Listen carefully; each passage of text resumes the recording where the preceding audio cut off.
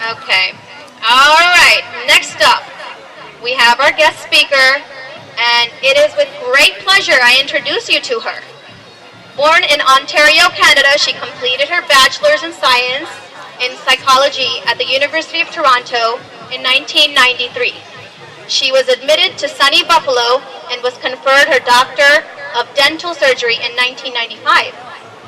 Matching to the Case Western Oral Maxillofacial Surgery residency brought the newlywed married couple to Cleveland.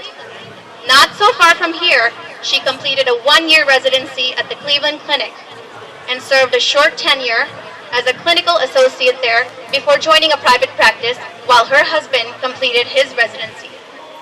Her most recent professional honor has been to sit on the two-term secretary on the executive board of the ODA, which has never been occupied by a minority female. Within the Pakistani community, she has served 6 years as an executive at PAL, the Pakistan American League. She has recently been appointed the Citizens Foundation TCF's Northeast Ohio chapter leader. She is a guest lecturer in her professional area of expertise at Case Western, Oregon, and Health Sciences University, and is often asked to give lectures to local study clubs.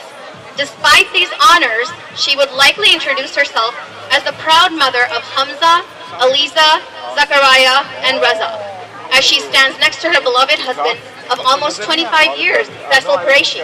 Ladies and gentlemen, please give a warm welcome to Dr. Najia Usman. I want to get a picture of that shirt with you. 2011.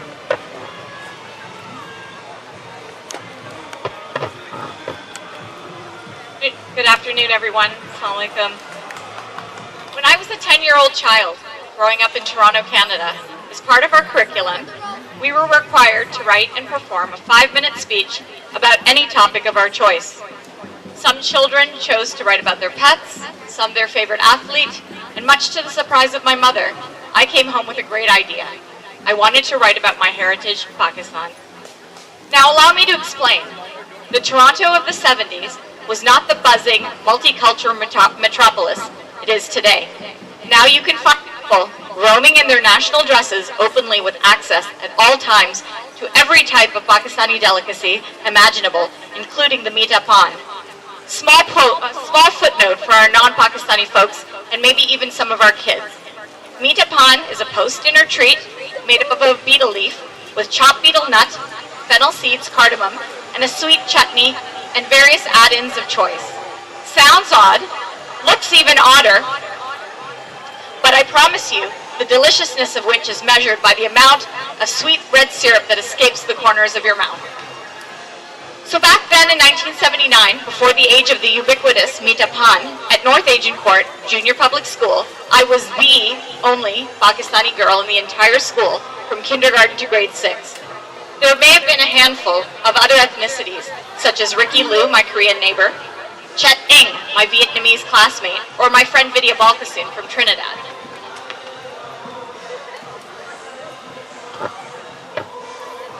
Naturally, my mother was surprised at such boldness.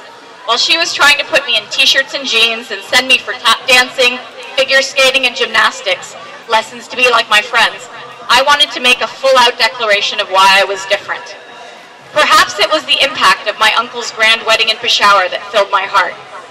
Who could forget an extended family of at least 30 sitting on the floor, poring over meals of endless courses, consisting of fresh tikka and naan, eating rice and yogurt with one's hands as they laughed and celebrated for what seemed like weeks. Perhaps it was the wall-to-wall marketplaces with the hundreds of shiny, colorful fabrics rolled out for the picky aunties that would be used to craft the impossibly itchy, glittery outfits. FYI, no one knows how to bargain like these aunties. Maybe it was seeing the beautiful Pathan children with short bangs and kohl-laden eyes who tried to sell trinkets for a few rupees outside the Pink Suneri Masjid, a mere walking distance from my Nana's home. This was the Pakistan that I knew.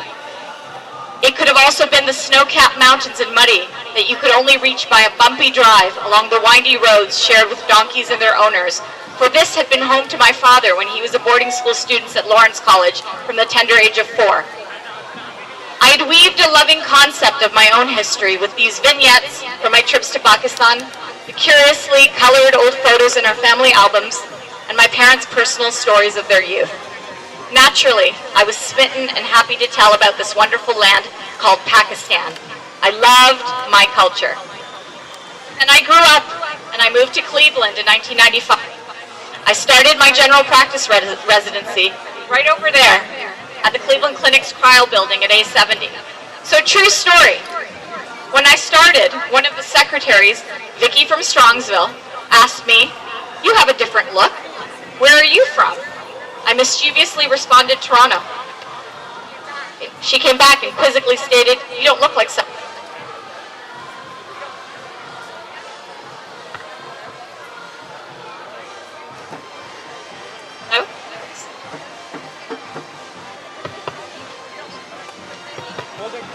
No? You don't look like someone from Toronto. Bless her heart. So I read her my 4th grade speech. I'm just kidding. During residency, we lived right here in University Circle. Personally taken this Martin Luther King Drive hundreds of times. Fun fact, 41 states in America have a street named after Reverend Martin Luther King. After all, he is the symbol of a goal of equality and tolerances of all races, colors, and cultures in America. And every one of us would be a better person if we read his "I Had a Dream" speech at least once. So it is only appropriate that this road is home to the Cleveland Cultural Gardens, a 276-acre parcel of wooded parkland founded in 1916 on land donated by the Rockefeller family.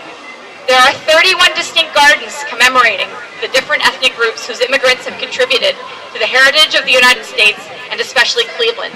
The first garden was given to Britain in 1916, and the most recently developed gardens were for the countries of Syria, Albania, and Russia in 2012. We have already heard about 2 years back, Sister Malka felt very motivated to have Pakistan represented in the cultural gardens. She personally reached out and organized a team of strong leaders in our community, first to apply for the plot, and then to design the garden. This group of individuals certainly had a big dream about creating something that would not only be the pride of our city, but the pride of America and Pakistanis worldwide. I hope you have all had an opportunity to see Salman Farzada's incredible plans. Their design concept is to have 4 beautiful thematic mini gardens representing our 4 provinces. In the middle of the gardens, there will be a scaled-down replica of Minar-e-Pakistan, engraved plaques with the history of Pakistan's creation, and the role of the visionary Quaid-e-Azam will be there with the names of our founding fathers, and our Nobel laureates will also be interlaid. In addition, there will be a select piece of Iqbal's poetry engraved on a piece of green marble, and a beautiful sculpture of Sadiq calligraphy art. There are other wonderful ideas still pouring in, but this is an initial glimpse. Once completed, I have no doubt that this will be one of the proudest Pakistani initiatives in America. I hope you will join me in supporting, even with the smallest donation, this emblem of our past, present, and future. It will forever be a symbol of our cohesiveness and our gift to America, which will display how we from Pakistan are not only rich in history and culture, but in character.